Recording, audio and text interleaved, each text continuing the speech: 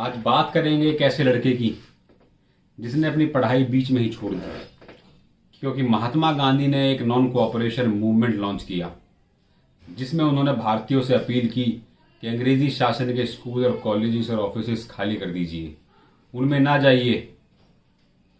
और यही लड़का जब बाद में जाके भारत का प्राइम मिनिस्टर बना तो अपनी ईमानदारी और सादगी के ऐसे किस्से छोड़ गया जिसकी कस्में आज तक खाई जाती हैं। जी हां, आज बात करेंगे हम भारत के दूसरे प्रधानमंत्री श्री लाल बहादुर शास्त्री की। शास्त्री जी का जन्म 2 अक्टूबर 1904 के दिन मुगल सराय में हुआ। जन्म के कुछ ही समय बाद उनके पिताजी चल बसे। होश संभाला तो मुजफ्फरपुर जाकर दलित उद्धार के लिए काम किया। इसी दौरान उन्होंने अपना सरनेम, जाति सूचक सरनेम श्रीवास्तव, हमेशा के लिए अपने से हटा दिया।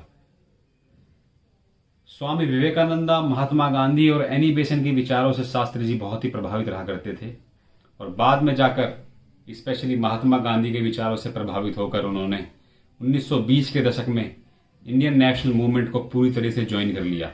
1928 आते आते शास्त्री जी इंडियन नेशनल कांग्रेस के एक सीनियर और एक्टिव मेंबर बन चुके थे। उन्हें उसी दौरान 2.5 सालों के लिए अंग्रेजों के द्वारा जेल में डाल दिया गया।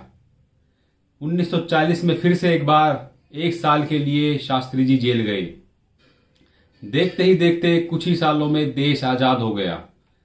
जवाहरलाल नेहरू बने भारत के प्रधानमंत्री। 1947 में जब देश आजाद हुआ तो शास्त्री जी को बनाया गया उत्तर प्रदेश में मंत्री।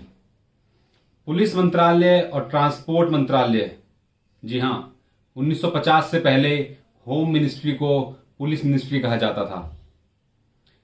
1952 में जब देश के लोकसभा के चुनाव निपटे तो सबसे बड़ी पार्टी बनकर उभरी इंडियन नेशनल कांग्रेस। शास्त्री जी को नेहरू जी के द्वारा केंद्र की राजनीति में बुला लिया गया और दिया गया रेलवे मंत्रालय। इसी के साथ उनकी केंद्र की राजनीति का सफर शुरू हुआ। बाद में जाकर उन्हें दिया गया होम मिनिस्ट्री और उसके बाद विदेश मंत्रालय यानी कि मिनिस्ट्री ऑफ एक्सटर्नल अफेयर्स। 1964 में जब नेहरू जी का देहांत हो गया, देश की प्रधानमंत्री की कुर्सी खाली हो गई, तब जाकर शास्त्री जी ने ही इस कुर्सी को भरा और बन गए देश के दूसरे प्रधानमंत्री। बतौर प्रधानमंत्री लाल बहादुर शास्त्री जी का कार्यकाल केवल 18 महीने का रहा, लेकिन इन 18 महीनों में चुनौतियां कोई कम नहीं आई। लेकिन शास्त्री जी के द्वारा इन चुनौतियों का डटकर सामना किया गया।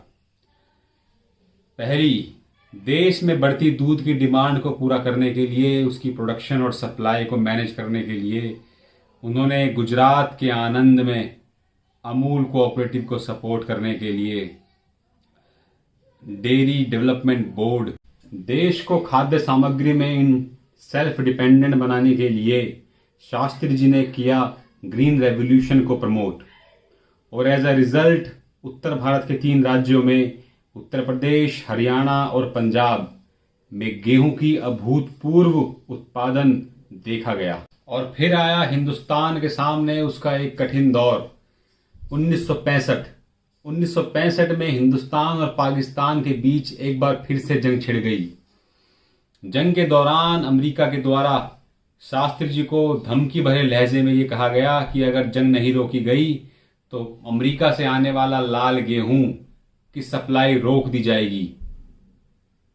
अमेरिका के किसी भी प्रकार के दबाव में आए बिना शास्त्री जी ने अपने देश के सामने ही एक अपील कर डाली। क्या थी वो अपील? हफ्ते में 1 टाइम खाना ना खाने की अपील। और देश ने अपने प्यारे प्रधानमंत्री की बात मानते हुए इस अपील को दोनों हाथों से स्वीकार किया। लेकिन शास्त्री भी कुछ कम ना थे।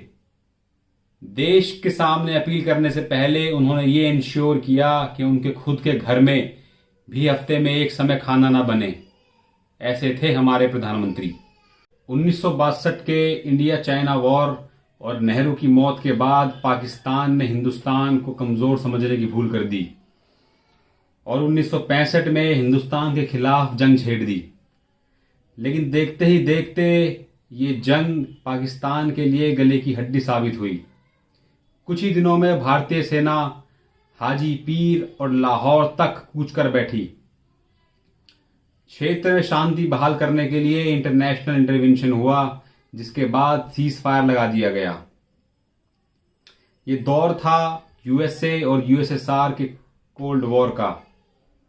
उसके बाद यूएसएसआर के तत्कालीन राष्ट्रपति एलेक्सी कोसिजेन ने ताशकंद में एक समिट ऑर्गेनाइज किया, जिसमें दोनों देशों के राष्ट्राध्यक्षों को इनवाइट करके एक समझौता कराने की पेशकश की, जिसको दोनों देशों ने माना।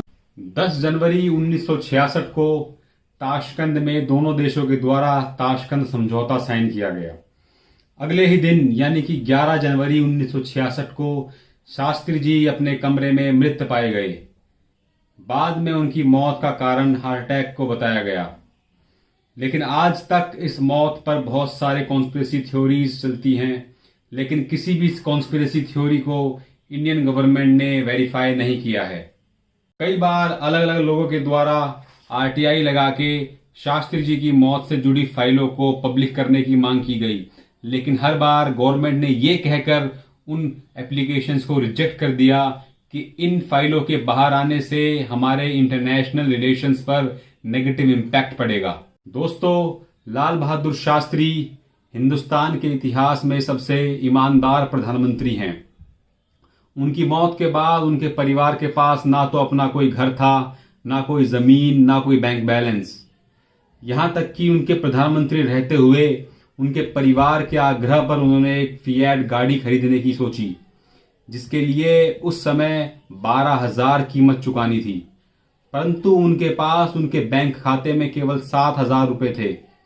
बचे हुए 5,000 रुपए उन्होंने पंजाब नेशनल बैंक से एक लोन लिया। दोस्तों, आई होप आपको मेरा ये वीडियो पसंद आया होगा। मेरे इस वीडियो की वजह से आपकी नॉलेज में, आपकी जानकारी में, इंफॉर्मेशन में थोड़ी सी भी इन्हेंसमेंट हुई हो, वृद्धि हुई हो, तो प्लीज़ इस वीडियो को लाइक कीजिएगा, मेरे चैनल को सब्सक्राइब कीजिएगा और अपने सर्कल में इसको शेयर कीजिएगा। Thank you, bye bye.